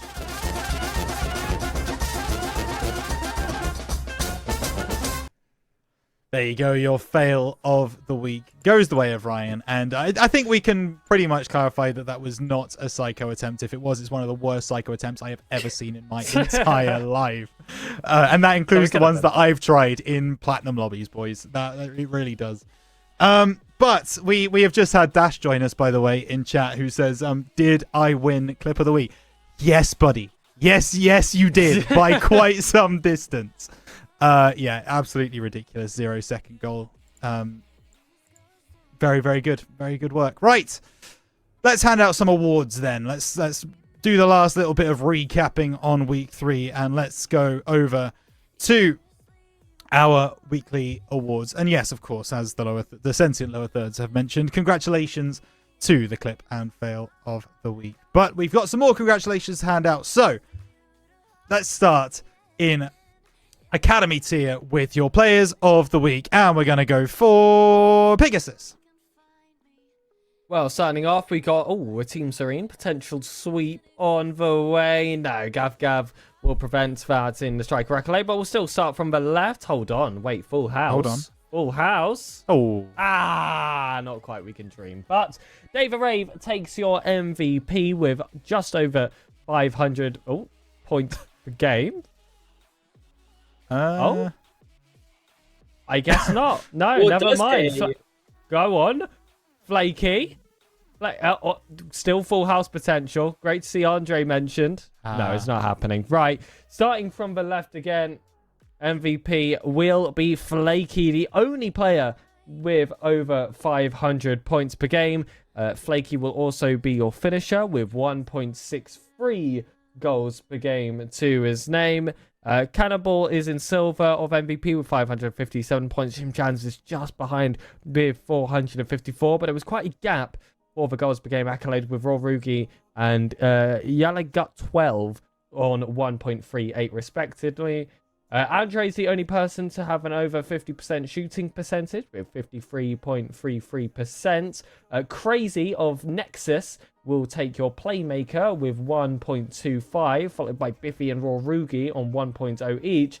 And then by quite a distance, Cannibal of Neat Esports will take your savior with 3.25. That is a ridiculous difference from the rest, and that comes off the back of a draw and a loss week. So they had plenty of time in defense. Goodness gracious, 3.25 saves per game. Absolutely ridiculous. Congratulations if you see your name on the Players of the Week from Academy. Let's then move up into Prospect tier. Let's take a look at who your Players of the Week in the next tier up are. Kingsman, talk us through it. Yeah, it's Dexterity's Taffy Jones is the MVP. He's also your finisher on 2 goals per game. Oh my god, you know what? The Team Berserkers player, I'm not dare I attempt to say that name. Like, oh my goodness. What are we doing here, guys? I'm just not even going to try it. Taffy Jones picking up a silver medal for striker as well. To be finisher with a 50% shooting accuracy is very, very good, by the way. So shout out Taffy. Then it is KB tied with Kincaid for the playmaker on assists. I've just seen the message from Rhino in the Discord. And it's Potter then with the Saviour on 2.38 saves per game. At least we can see where his points are coming from. And yeah, a tie for second and third in the Saviour as well. Welcome back to the Players of the Week, Francisology David T. Hell yeah. It's good to see you in even if it is just a bronze medal at the end of the day on the Saviours. It's always nice to see that name pop up. I believe he's appeared every single week we've done weekly awards, which is pretty impressive, really. Absolute hero. But also, congratulations to everybody else who sees their name on the Prospect Players of the Week. We'll find out if any of those players made it into the Team of the Week a little bit later on. But first, we've got to go up to the Chally tier and Pegasus, who were the Players of the Week from Challenger this week. No. okay, Kingsman. That's disrespectful. That's messed up. No one over 5. He's a grand finalist in this tier, just a reminder. Grand finalist. Okay, let's calm down. So am I. Wow. Your MVP in gold is Buddha with 484 points per game. No one quite able to reach that 500-point mark, so it was close between himself and Spacey in silver. Your finisher was Iran with 1.63 goals per game. Quite the gap between himself and Freshmint and Lucas. Your striker was Freshmint with a 55.56% shooting percentage, the only player to be above 50%.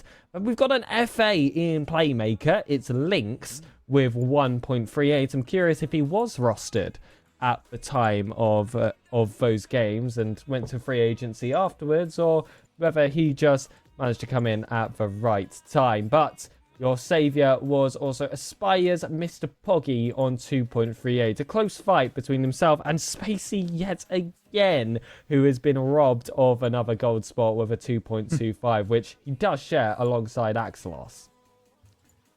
Yeah, unfortunately, 2 silvers where they could so easily have on a different week been golds for Spacey. But again, brilliant work from everybody. And we like to see the awards shared out among the players in each of our tiers. So 5 different gold medalists. It's always nice to see as well. Let's move up then into rival tier. Let's take a look at the weekly awards from Rival and Kingsman. Let's see if you're going to clown your own player this time. No, I'm going to clown my other AGM. It's Barissa's carry, Magic, on the MVP slot. Nice. 468 points per game. He's also your finisher as well. It's not your finisher, but he's third in finisher as well. Keith, though, is actually your finisher. 1.5 goals per game. His teammate Ethan is a striker with 61% shooting, just beating Zixify. I mean, 60% shooting would be enough in any other tier so far to take striker. Just unlucky, really. Toby is your playmaker with 1.5 assists per game, just beating Stingray and Callie. And then now we find the reason why Magic got the points. He got 2.63 saves per game, beating Mauve. And funnily enough, Ryan, who I didn't think knew what a save was, considering he put the ball in his own net. Yeah, that did happen. Wins fail of the week, but also wins saviour. Sure, why not? RSC is a mad place at times, and that is even more proof. But again, congratulations if you see yourselves on the Players of the Week this week in Rival. Let's move along up to Elite tier. And the Players of the Week from week number 3 in Elite were Pegasus. Starts off with Bros April with over 500 points per game on 534. Sammy Boy was very close to reaching a very similar threshold on 493. April actually returns in silver for the finisher accolade, but was outplaced by Muppin on 1.75, who, despite getting all of those goals, managed to keep a very high shooting percentage, 53.85%. Again, very closely contested by Silver Nixo on 53.3 recurring. But when your playmaker, it's Cal3300 on 1.75. There was only one other player to go above 1 assist per game this week of Urzi on 1.25. That's usually not the case here. But then it is Relu on 3.13 or Rilo on 3.13 saves per game to top up the saviour. And that is very impressive to be so high in the Savior accolade when you have had such a good week, because they went to win and draw completely positive. And thanks to that, and thanks to Rilo, they were able to keep themselves in the game and squeeze out those results.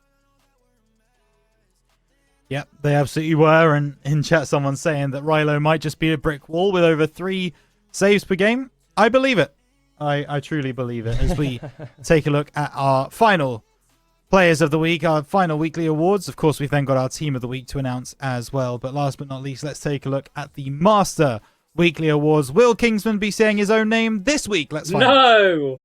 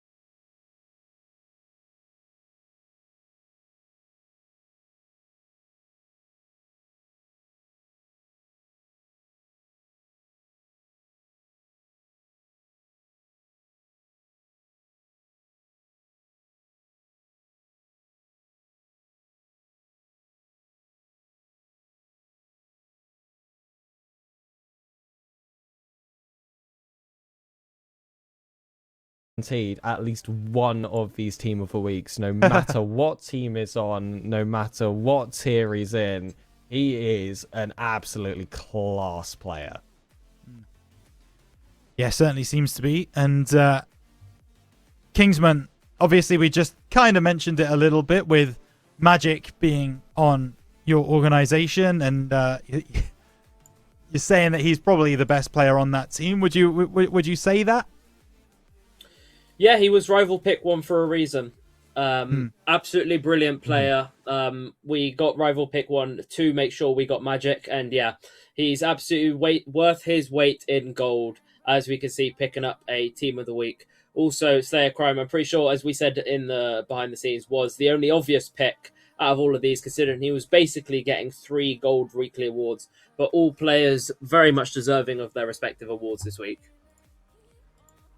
Certainly. Well, there you go. That's your Team of the Week for week number 3, and that is your RS cast for week number 3 done and dusted. But As you can see, there is one more item added on the left-hand side, and Kingsman can go to sleep for this segment, as he did last week as well, because the Great Minecraft Race Sky Wars is taking to your screens tomorrow night. Not only do we have Sky Wars, but we also have Clip and Fail of the Race making their way onto your screens tomorrow. So the wonderful Mal is making sure that you guys know to go and donate to the TGMR fundraiser. It is still open. We've raised now £1,200 for charity, which I'm so pleased with, but we always want to see that increase. And remember, if we do get another £200, then the man to my right is going to do a content piece where he eats the one chip challenge, and you will not want to miss that. So he's got it. He's got the box with him. So remember, that's at £1,400. So make sure that you go over and donate to charity, and to hopefully give to Sir Pegasus's pain and suffering as well. Yeah, that's what's going to happen to him if that does happen. So let's try and raise as much money as possible. But if you are around tomorrow, Great Minecraft Race Sky Wars will be taking place from 7:30 p.m. GMT, 8:30 p.m. CET. Make sure you are there. Great MC Race on Twitch. That's at Great MC Race on Twitch. Right, final thoughts, Pegasus. How are you feeling? I'm feeling pretty good. I'm feeling pretty free. I've got no matches to play in these last 2 weeks, which is an absolute Lord send at this point, because this seems extremely stressful. My final message of this stream is just going to be a huge good luck to anyone playing in these final 2 weeks. This is crunch time now. This is getting yourself into the playoffs and playing sport, or just accepting that your season is over at this point. I'm still going to leave my same bounty on Clip of the Week as I did last week. I want either a off the ceiling or off the wall ground double, if possible, or even potentially what I've called a Eugen, which is where you just flip into the ball off the wall, let it come down off the ceiling, and then do whatever you want with it afterwards. Still going to leave that bounty, maybe a defensive clip. I know that will never happen, but I'll still mention it every single week. So huge good luck to everyone. Try and make those top spots, but for the sake of RSCast, please do it in style or in complete disaster. Absolutely. And it's also worth mentioning that we would really love a few more Fail of the Week entries as well. I know it's a little bit, embarrassing. I know that people don't like submitting Fail of the Week clips. I appreciate that. But trust me when I say, if you look at a fail in-game and you go, oh, actually, you know what? That was content. Just submit it. Just submit it, because it will be fun for us, and we can all enjoy it together and watch it back. I'm sure it will be enjoyment from everybody. Kingsman, going into the final 2 weeks, you are still on a team, the only one on the desk who is. You've already talked about the fact that you feel good about Mistaken's chances. Talk to me a little bit about preparations happening for play-ins and playoffs, if they are already happening. Are you already getting into that kind of mindset? Yeah, I think most of the teams are generally in that mindset that no matter where they are on the table, they can still do it. Every team is close. So there's definitely a possibility every team can pull back, and we're all preparing that every team does make it into the top 6. Every team's getting ready for that postseason if they need, getting prepared, getting coaching sessions down, and making sure they're at their true best when playoffs and play-ins hit. Because if you think it's rough now, it will only get a lot worse comes play-ins, because that is elimination central. It certainly is. The play-ins and playoffs, the postseason is around the corner, folks. Get geared up. Play all your games like they are your last, because in Season 17, you don't have many to play. We are, of course, sponsored by Badass Studios, SpartanWare, and trophi.ai. And as well, if you're buying anything in the Epic Store, please make sure you use creator code RSC-EU. It really helps our league and helps us put on all of the events that you see across the RSC calendar. But gents, that is going to do it. 3 weeks down, 2 to go in the regular season. And we hope that our consistency here on RSCast does indeed continue. And if it does, we will be back next Tuesday, 7 p.m. GMT, right here, RSC_EU. Take care. We'll see all of you there. This is trophi.ai, an AI Rocket League coach, and it's absolutely crazy what you can do with this. If you've ever heard of ballchasing.com, it's a lot like that, but on steroids. You can press P and a pro demo will come up, and this is what's so cool and so unique about Trophi, is that this is not seen anywhere else, and it's just a great way to kind of show you how to do a training pack without having to side by side watch a YouTube video. And this is actually really cool. Training paths. So you basically, you know the skill trees from Assassin's Creed, Spider-Man, Sekiro, you know that sort of games where you have to, you know, get skill points, use them, you unlock new skills. This is sort of very similar, but instead of actually getting skill points, you're actually doing the mechs. And also a cool feature as well, guys, watch this. You can slow it down. You can actually slow-mo it like this. So if you're really struggling, what you need to do, you can actually look for yourself and just have a look at the exact sort of movements that you're doing there. Look, it's really cool. I really like it. And alongside helping with mechanics, it also has a feature that analyzes any of your saved replays. That way you can see what you're doing well and what you need to improve on. It even has this cool post-game analysis that you can see stats from the game you just played.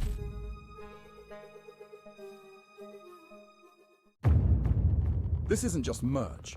It's what teams wear when they mean business.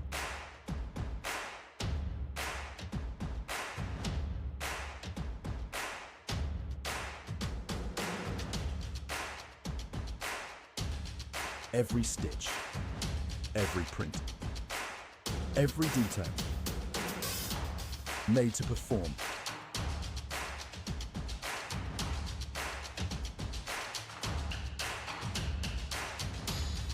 Trusted by the grind, from grassroots to championship halls.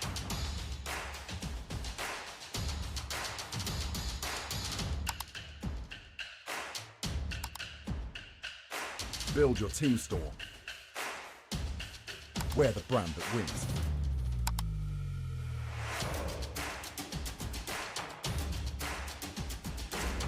SpartanWare, trusted by the grind.